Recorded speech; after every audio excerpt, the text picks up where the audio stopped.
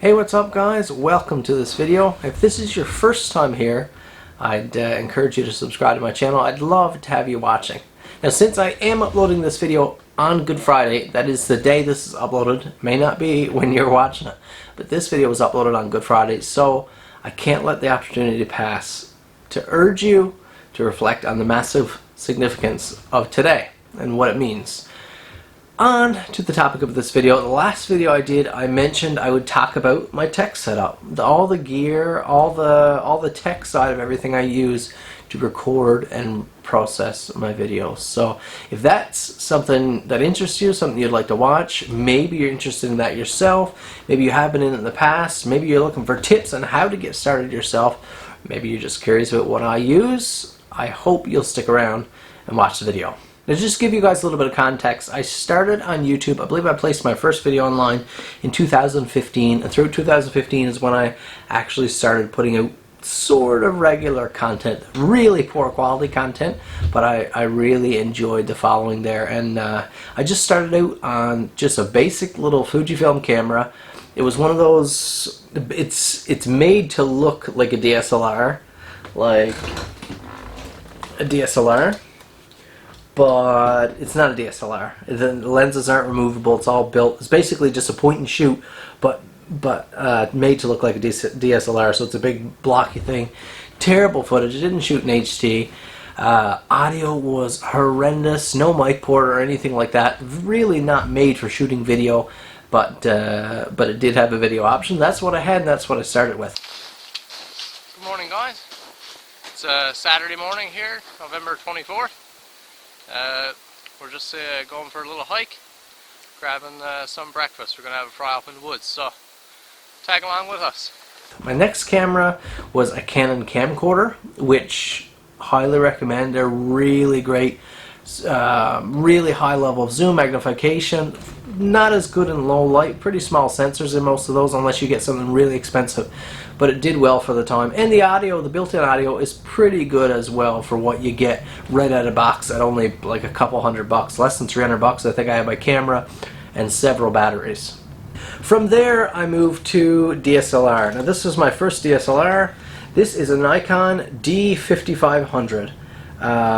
Wearing the kit lens right now. I had a couple different lenses, but I sold. This is the camera I used right up until the one I'm filming on right now. This one gave out just a couple weeks ago. It worked great. I mainly used the kit lens, the 18 to 55 kit lens, f-stop 3.5 to 5.6, and this has been an awesome camera. It's got the front-facing flip screen. It's got a mic port. It's really awesome. Half decent in low light, of course. It's not a full-frame camera, so it does have that crop sensor, but I like it. Where this camera really lacked for me was the autofocus.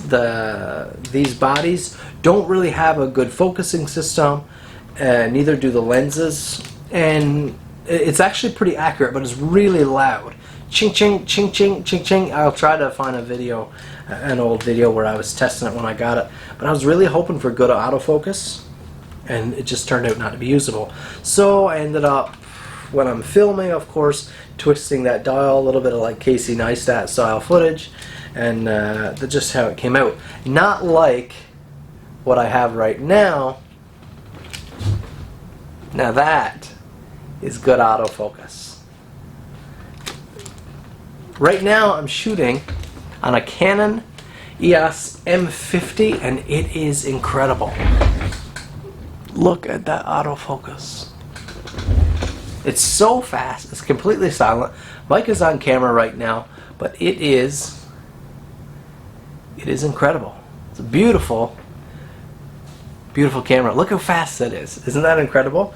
The M50 is really cool. I'm in probably about $1,000 with the kit lens and stuff, and I'm shooting on just the 15 to 45 kit lens there now, and it is a lovely camera so far. Now, any of these cameras like I'm shooting on now have really poor, everything is pretty decent in modern day, just with technology increases, but from from YouTube standards, the content I'm producing, it has really poor audio, so you need an external mic. On top of this camera, I'm running the Movo VXR10. It's just a cheap little small shotgun style microphone. It's pretty short, it's compact on the camera, and it really adds to the audio. Especially I've got a dead cat on there, and that's the only way you can really use it outside, because there's always some kind of a breeze. If you don't have a dead cat, which is those like fuzzy hairy wind muff type things, you're not going to catch good outside audio. So I've got that on just to give you an idea the difference between onboard and the mic. Right now you're listening to the mic, and now you're listening to the onboard camera microphone.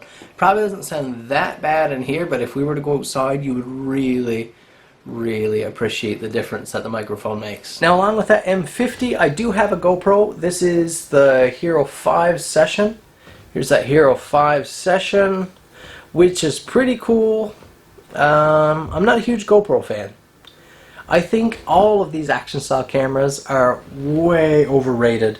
The GoPro software is glitchy. It's got issues. I've tried a few different ones. It's not as simple as they make it out to be. The footage is great. The image stabilization is pretty great. The features are good for what it is. I went with the Session because if I'm going to have a compact action camera that's going to be doing things like being on your helmet and on your chest and stuff, I want it to be small. And if it's still going to be like this big, I'm not really interested in it. So I went with the Session because they are so compact. One of the things I really like about the Hero 5 Session is that it has a one-touch click. So you just click and it's recording.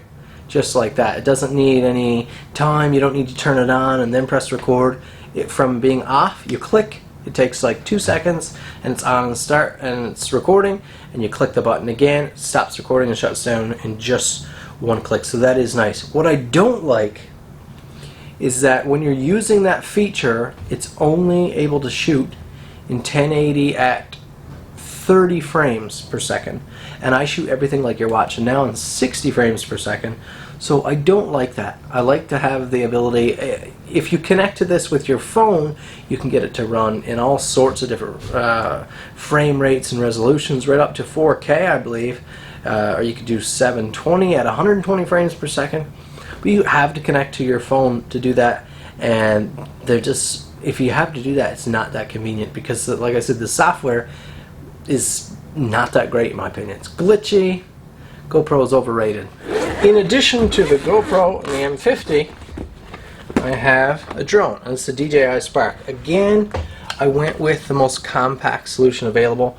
If you're someone that, say you have like a car YouTube channel or something like that, it's really easy for you to have nice big gear. But if you are moving around a shop, or even worse, the most difficult scenario, you're out hiking, bushcraft videos and stuff like that, you really can't have very big pieces of kit. I can't have a giant drone or a huge full-frame DSLR and things like that to take out in the backcountry. It's just too heavy and too bulky to pack around. But something like this Spark, you can see it's nice and compact, they're real tough, and this is something I'm going to say they really have their software and connectivity figured out with these. These are so easy to use. It's just an incredible piece of technology combined with your phone for a feedback screen. It's great. Battery time isn't that long, but how long are you going to get up there and fly around for? You need some extra blades and stuff, but yeah, the Spark is really cool by DJI. Now, if you're going to be using great camera gear, you're going to be shooting in high resolution, high frame rates, you're going to have top-notch quality footage, you really need a powerhouse of a machine to process material like that, to process that kind of information. So what I'm running here is a Dell XPS chassis, and this is sort of a base model XPS with a whole bunch of room. The beauty of the base model XPS is that it leaves you all the ports and connectivity to upgrade your PC. So I had a i7 6700 processor there.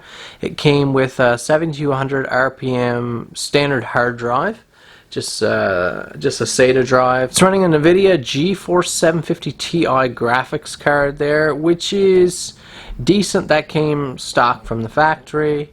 and it came stock with 16 gigs of DDR4 memory. Now I've upgraded it to 32 gigs of Aegis DDR4 memory, so 32 gigs of RAM. It's still got that NVIDIA GeForce graphics card. I converted the hard drive over to SSD. Just have a look at that gorgeous M.2. That's the 970 Pro by Samsung. Close to top of the line. That thing is just so good. Still running that i7 processor, which was my bottleneck at this point, or that in a combination with the board. Everything else is killer. I'm not even close to running out of RAM. The graphics card doesn't even come close to reaching capacity. The solid state drive will handle pretty much anything you want it to do with it. But the 6700 i7, even though it's a great processor, it's my bottleneck at this point.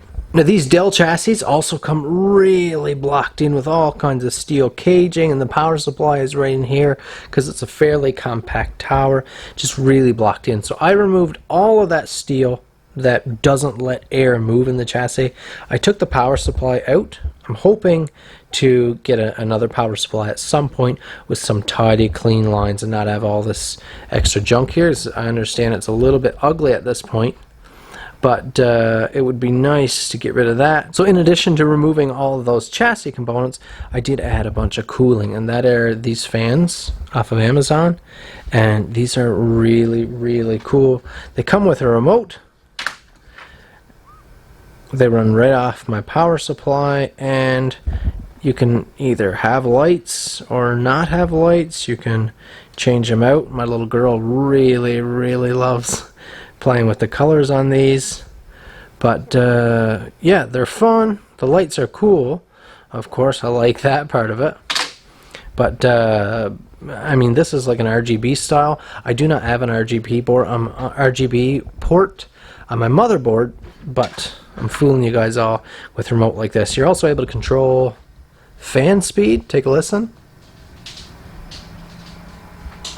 I just turn those up, and they're really nice there. Now if you put your hand in there, it is windy. Now running off of that beautiful powerhouse of a tower there, we have 2 monitors. Now 2 monitors is a must for me. Some of you guys might say I'm spoiled, but I have had 2 monitors ever since I started, basically. Occasionally I switched just because I didn't have the room or didn't have the money for the second monitor and one gave out. But 2 monitors is so important. When you're doing a lot of editing, if you're just scrolling the web and stuff, it's still really nice, but it's not necessary. But when you are running, say, editing software, you need to be able to pick and choose and move around a lot of files, and you don't want to be always dropping your editing window. You want to keep this interface open where you're working, and here's your file selectors. So if I need this file and I need a couple of these files, and let's say I need to grab some music, I don't need to drop my storyboard. And that really saves a ton of time, and time is important. It just makes a world of difference. Now the Samsung is my better monitor, which is why I use that for editing. It's why I use it as my main monitor. And the Samsung, I actually have my computer set up. I'm running HDMI. The Samsung is running off of my graphics card, my GeForce 750, and this is running off of the stock Intel 520 graphics card on the board. So the built-in, like, just standard graphics card, that's where my secondary monitor is running. Now it might look odd to some of you guys because I have this vertical orientation. Again, that was by design. It's because I can get so many more files open without scrolling. You spend so much less time scrolling. So let's say if I get up like here now, look at all those files. It's just a lot nicer on the eye, and you can open them up bigger, and there's less scrolling. But look how much you can get on a screen compared to the horizontal, and you're not always panning. It's just very convenient to have them in this orientation. It's a real nice interface, and of course the mouse just passes off from one screen to the other. Just a really nice setup. For audio while editing, I edit a lot with these Behringer HPS 3000 headphones. They're noise cancelling headphones. They keep out all the racket. They're super comfortable. I really like them, and the sound is really great.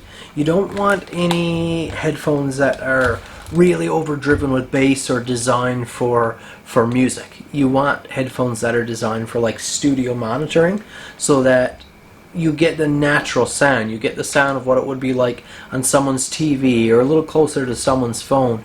You don't want your headphones to be pumping all of that bottom end and you think things are great and then it goes elsewhere and on someone else's, say their smart TV, and it sounds really poor. So you want more of a studio monitor headphone. I do have a Logitech sound system speakers and a sub hooked up there as well, which I'll use a lot too. But again, you want that set as close to kind of a neutral, natural sound as possible, so that you don't have to compensate too much for your audio mixing. So probably the only other thing worth talking about here is what editing software I use, and I've only ever used Cyberlink Power Director. It's a really great software, super simple interface that's also really powerful. There's a couple features that I've seen in other programs that I'd like to have access to, but I've never really been wanting with this program. The price is right, they have really good sales on, and it's not a subscription service. I really don't like that a lot of companies now are doing that, where you can't just buy the program, you have to pay monthly, and it ends up just being really expensive. A lot of the Adobe products are like that, and I really don't think it's well for the customer. I really like being able to buy the software. I'm using Cyberlink Power Director 15 here now. I think 18 or 19 is on the market, and I guess they release a new one probably every year maybe. So I mean, I'm really milking my money out of this thing, and they really don't update them that much each year. So I'm not really lacking that much compared to the guy who just bought 18 or 19, the newest version, whatever it is. So that's it for this video, guys. I really hope you guys enjoyed it. For those of you who stuck around this long, thank you. I really appreciate it. If you have any questions about any products I showed here, if you're looking at picking up your own camera, ask them in the comment section or shoot me an email in the description box there. I also have a lot of links in the description box below this video for the different things I use. I'm not sponsored by any of those products, but I have tried a lot of different stuff. I know a lot of what works and what's decent and good value for your money. I'm always shopping for the good value. So if you're interested in any of those products, click the links in the description. And if you do decide to buy like that, of course the channel will receive a little bit of kickback, which is very nice. It helps me buy this expensive gear so I can put out videos for you guys. Thanks again for watching. Subscribe to my channel if it's your first time here. We'll see you in the next video.